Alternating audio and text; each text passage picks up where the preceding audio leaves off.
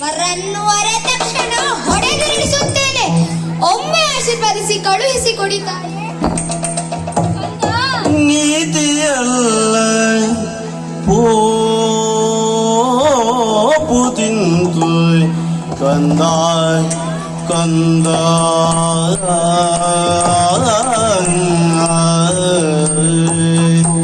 ನೀತಿಯಲ್ಲ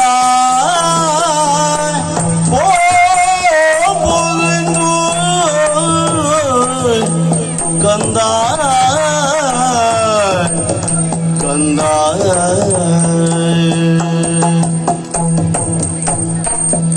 ಎನ್ನ ಖಾತಿಸಿ ಹೋಗಯ್ಯಾರಣಗೆ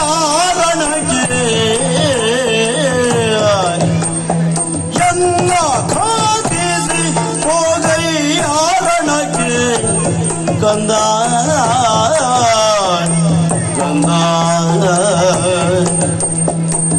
ಏತಕ್ಕಿಂತ ಬುದ್ಧಿ ಬಂತು ಏತಕ್ಕಿಂತ ಬುದ್ಧಿ ಬಂತು ಕಂದ ಕಂದ.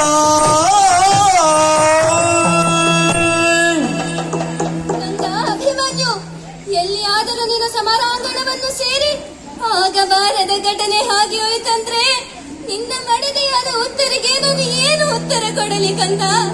ನಿನ್ನ ತಂದೆ ಪಾಂಡ ಮಹಾಶಯರಿಗೆ ನಾನು ಏನಂತ ಹೇಳಲಿ ಕಂದ? ಹೋಗಬೇಡ ಕಂದ, ಯುದ್ಧಕ್ಕೆ ಹೋಗಬೇಡ. ಇಲ್ಲ ತಾಯಿ, ನಾನು ಯುದ್ಧಕ್ಕೆ ಹೋಗಲೇಬೇಕು. ಈ ಅನಿವಾರ್ಯ ನನಗಿದೆ. ಹೋಗತಕ್ಕದು ಹೋಗಿಯೇ ಹೋಗುತ್ತೇನೆ. ಹೋಗಲೇಬೇಕೆ? ಹೋಗಲೇಬೇಕೆ? ಸಾವಿರ ಸಾವಿರ ಮಾತಿಗೂ ನಾನು ರಣಕ್ಷೇತ್ರದತ್ತ ಸೇರುವುದು ಇದು ಸತ್ಯ. ಹಾಗಿದ್ದರೆ ನನಗೊಂದು ಉಪಕಾರ ಮಾಡು ಮಗು. ಏನಮ್ಮ? ರಣಾಂಗಣಕ್ಕೆ ಹೊರಟು ನಿಂತಹ ನಿನ್ನನ್ನು ತಡೆದ ಮೊದಲ ಶತ್ರು ನಿನ್ನ ತಾಯಿ ಸುಭದ್ರೆ ನಾನು ಕಂದ. ಹಾಗಾಗಿ ಹಿಡಿದಂತಹ ಖಡ್ಗದಿಂದ ನನ್ನ ತಲೆಯನ್ನೇ ಕತ್ತರಿಸಿ ಹಾಕು ಮಗು.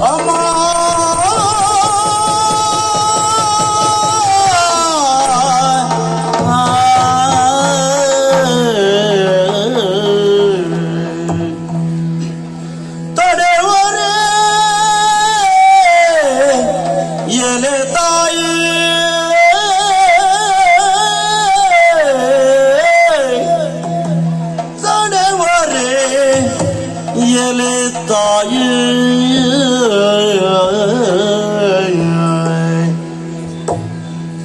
ಈ ಪರಿ ನುಡಿವರೆ ಈ ಪರಿ ನುಡಿವರೆ ರಣವರು ಜಯಸೆಂದೊಡನೆ ಕಳುಹದೆ ಮರುಗುವರೆ ರಣವನು ಜಯಸೆಂದೊಡನೆ ಕಳುಹದೆ ಮರುಗುವರೆ ಅಮ್ಮ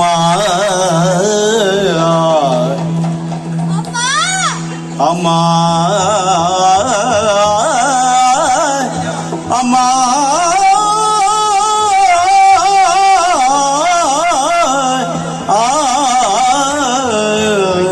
ಅಮ್ಮ ಅಮ್ಮ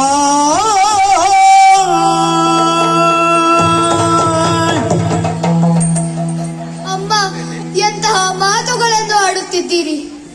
ಮಗನೇ, ನನ್ನ ಕತ್ತನ್ನೇ ಕತ್ತರಿಸು ಎಂದು ಹೇಳಿಬಿಟ್ಟೆಯಲ್ಲ ಅಮ್ಮ.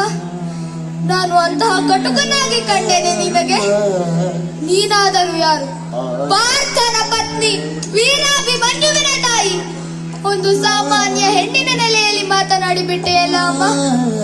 ಅದು ಅಲ್ಲಿ ನೋಡು. ರಣಕ್ಷೇತ್ರದತ್ತ ಒಮ್ಮೆ ದೃಷ್ಟಿಯನ್ನು ಹಾಯಿಸಿ ನೋಡು. ಎಷ್ಟೋ ಮಂದಿ ಹೆಂಗಳೆಯರು ತನ್ನ ಮಾಂಗಲ್ಯವನ್ನು ಕಳೆದು ತನ್ನ ಗಂಡನನ್ನು ಕಳೆದುಕೊಂಡು ವಿಲವಿಲನೆ ಒದ್ದಾಡುತ್ತಿದ್ದಾರೆ. ಅದು ಅಲ್ಲಿ ನೋಡು. ಎಷ್ಟೋ ತಾಯಂದಿರು ತನ್ನ ಮಗನನ್ನೇ ಕಳೆದುಕೊಂಡು ರೋಧಿಸುತ್ತಿದ್ದಾರೆ. ಅಲ್ಲಿ ನೋಡು. ಎಷ್ಟೋ ಮಕ್ಕಳು